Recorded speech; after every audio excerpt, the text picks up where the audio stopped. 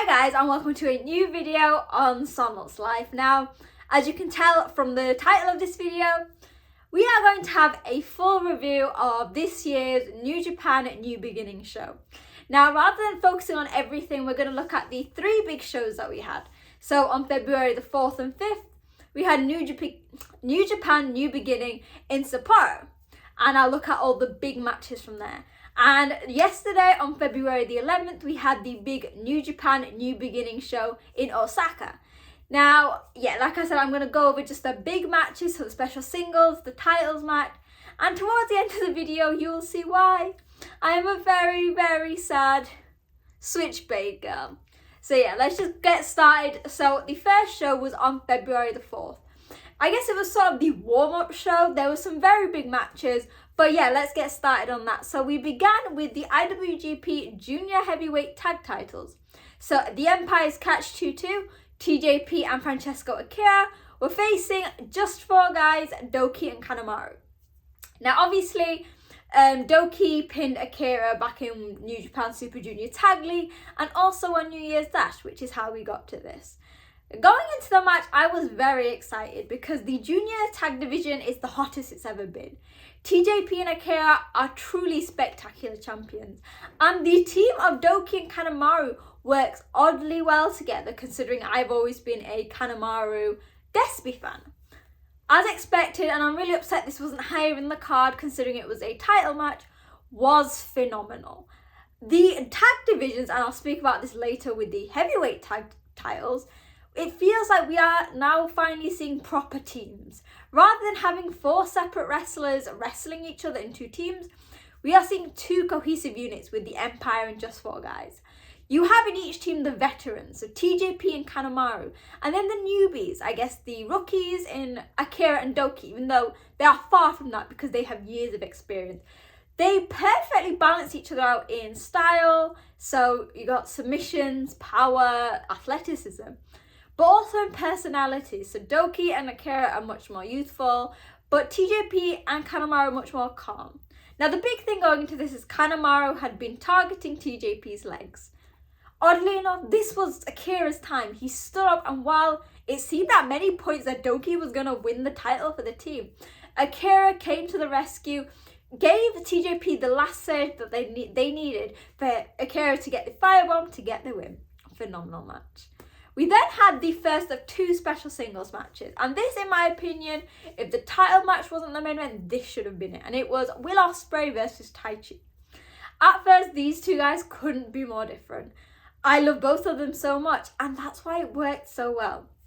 Ospreay really had a lot to lose. He had just come off a loss at Wrestle Kingdom. He'd given himself a year. Taichi, the leader of a new faction, really just needed to boost the faction's presence. Now, Ospreay won in the end, but this match was brutal. We all seen Taichi at his best, so against guys like Shingo and Ishii, his kicks, his strikes are immense. And Ospreay battled this similarly with his own. At one point, they were stood, I think, at the start in the centre of the ring, so while Taichi was kicking Ospreay's chest, Ospreay was giving him chops. It was pure strong style.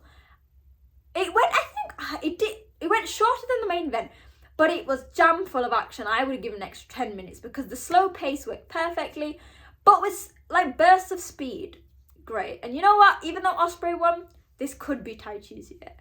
Now, the main event should have been a star spectacular. It was Tetsuya Naito facing Shota Umino. If you watched my preview, you'd know the history between these guys. So Shota became a wrestler because of Naito.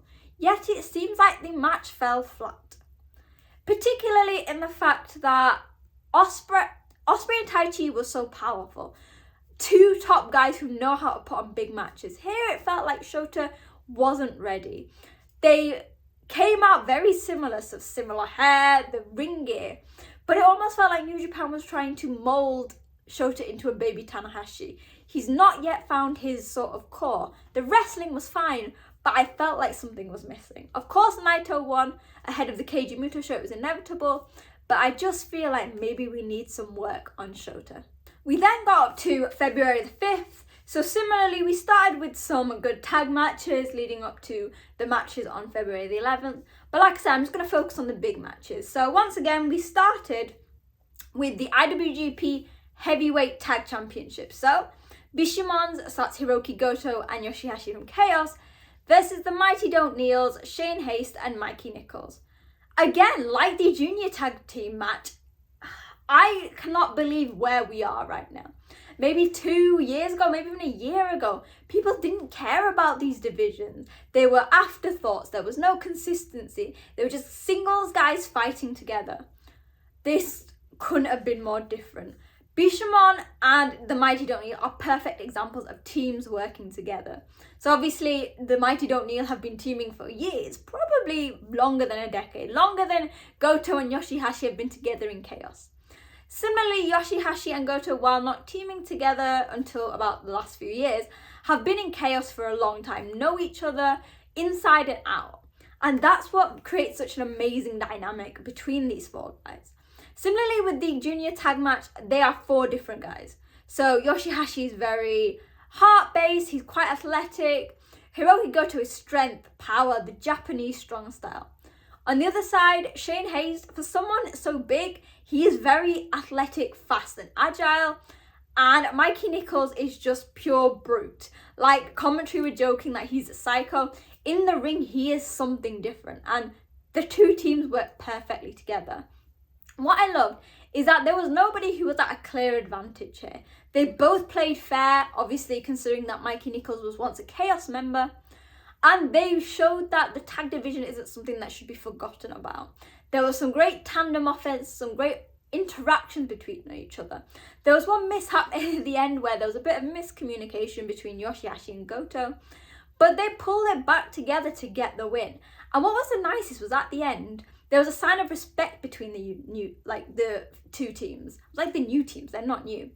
And it was sort of showing that, you know what, you can have an amazing wrestling match and there doesn't have to be any animosity. They can be friends, they can be amicable, and they can respect each other.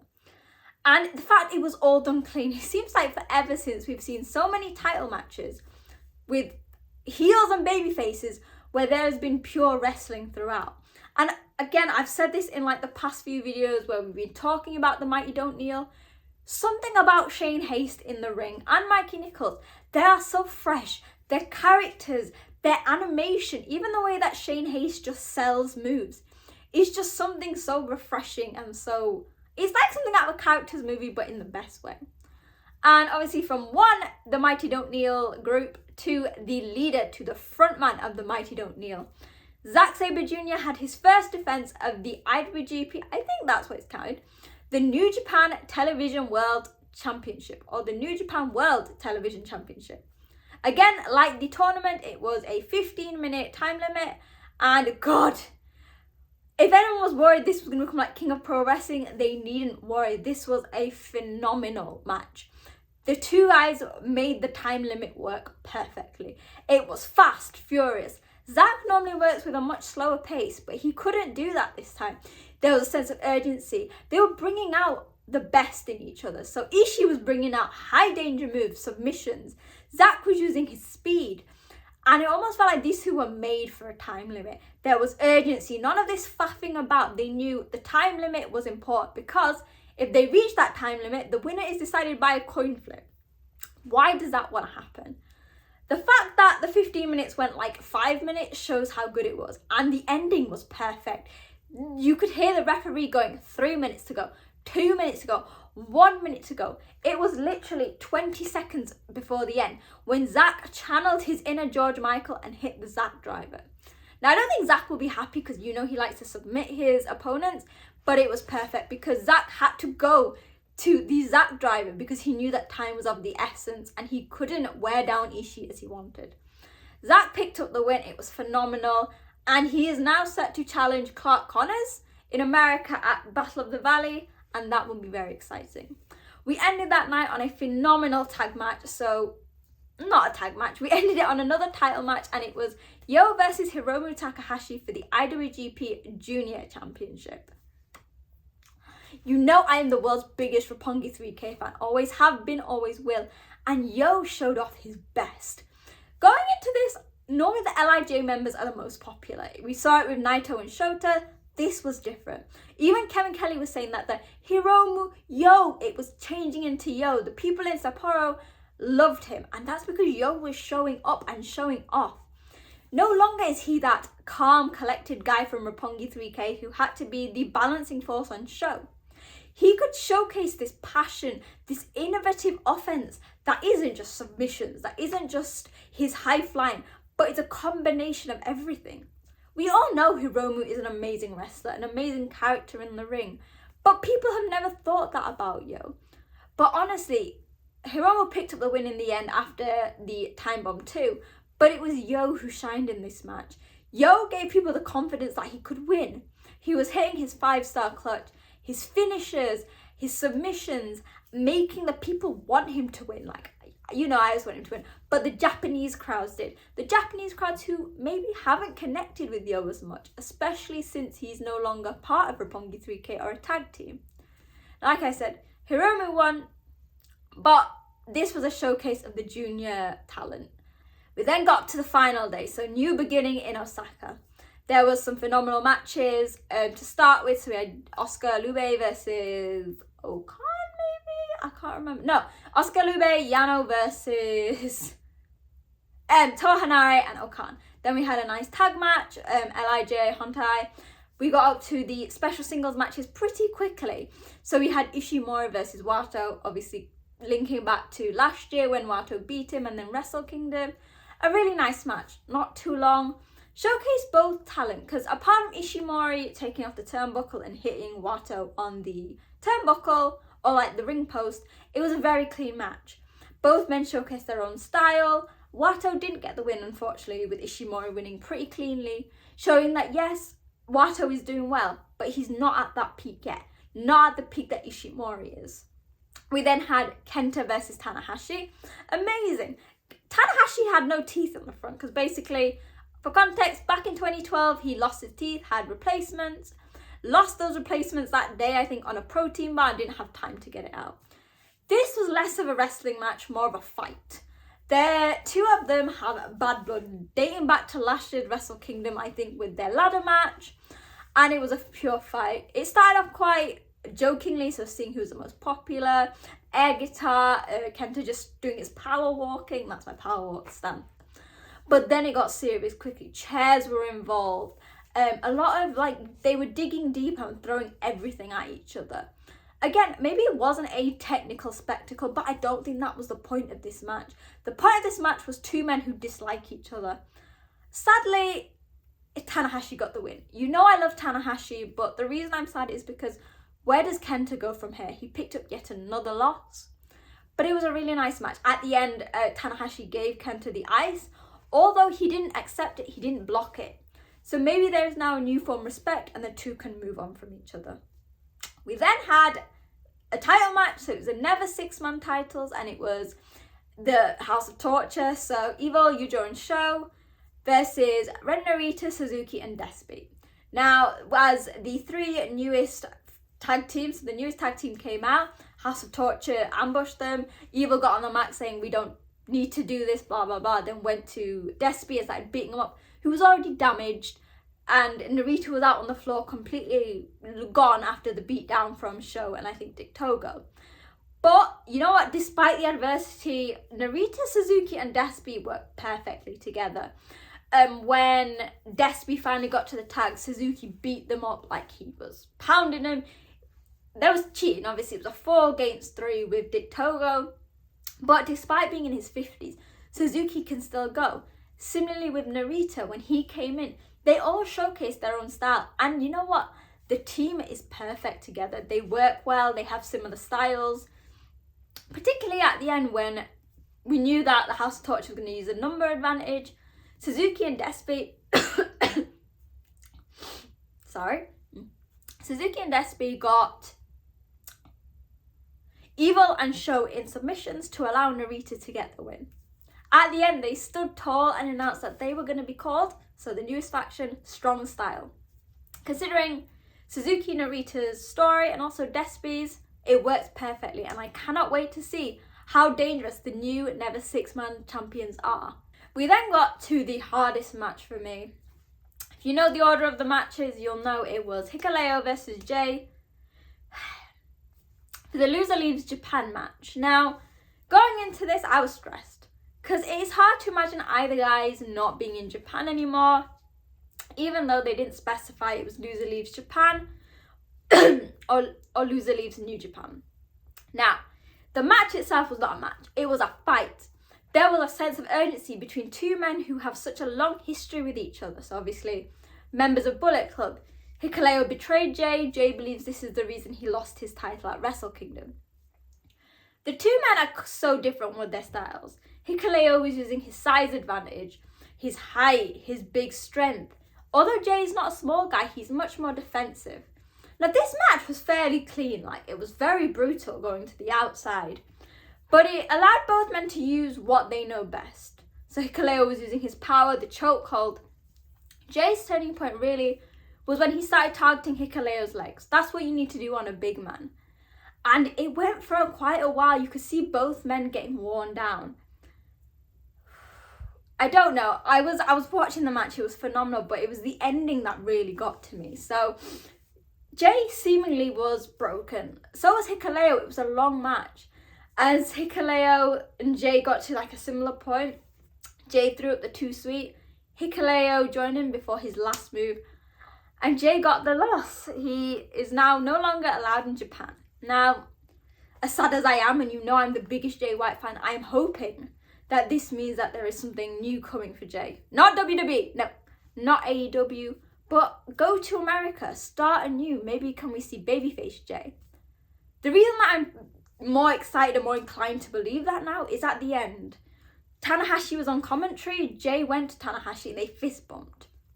They are very long rivals. At one point, Jay wanted to end Tana's career. This sort of shows it might be the end of the era, the Switchblade era, but there is a fan respect. Similarly, in the back, as he was walking out, you could hear him taking in the Japanese crowds for what is maybe the last time.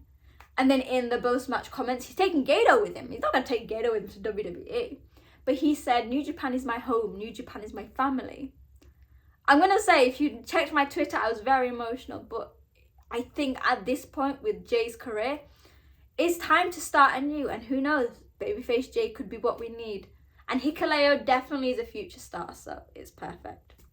Now with that all happening, Bullet Club is the talk of the town, especially with the next match, which was ELP versus Tama Tonga for the Never title.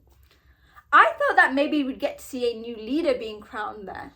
It wasn't the case. This match, though, phenomenal. Hardly any shenanigans from ELP. Tama Tonga proved why he's one of the best wrestlers, one of the best athletes in New Japan. Like, I think it was probably Tama's best singles match he's ever had. It was fast, furious.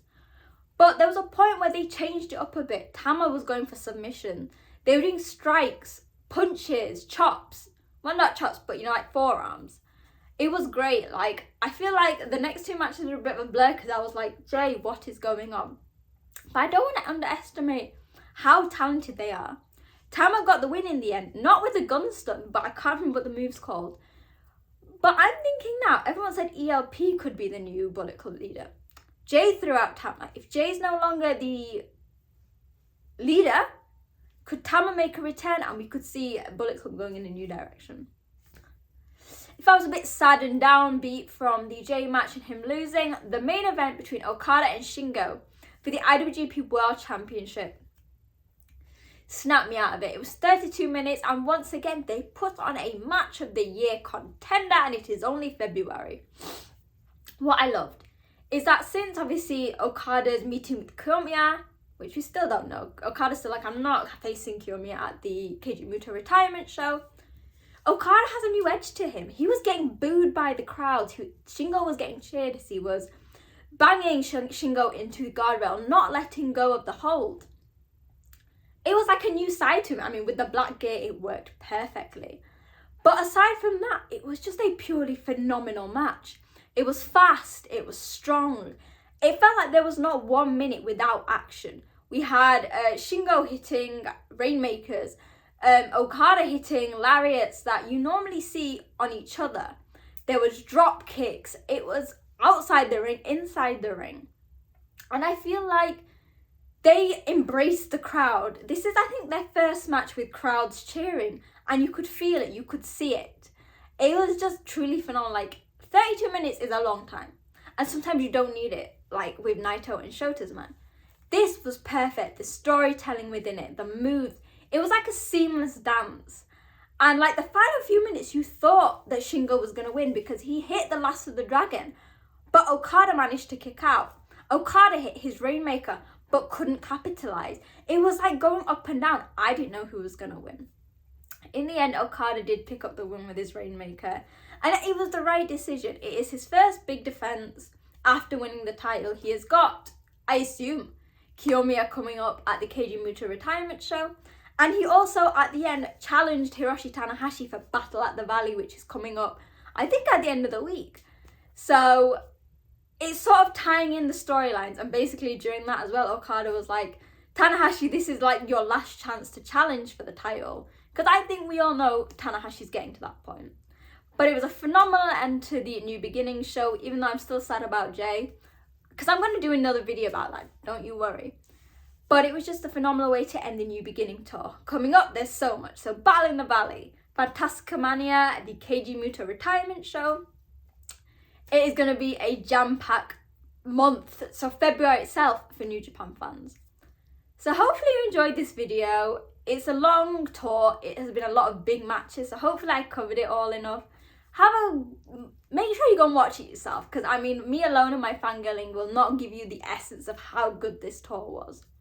But if you did watch it, let me know in the comments, what were your thoughts? What matches stood out? What do you see for the future of Jay and the titles? Now, like I said, I'm going to do a separate video on Jay in the week, because, you know, it's too sad not to. But let me know. Remember, in the comments, on social media at wrestling_chat. While you're there, hit like, share the video, and click subscribe. Join me on my journey, because there is so much going on with New Japan in the next few weeks, and hopefully you'll come along with me on this journey of beautiful Shinyo progress. So yeah, hope you guys enjoyed the video, and I'll see you guys soon. Bye!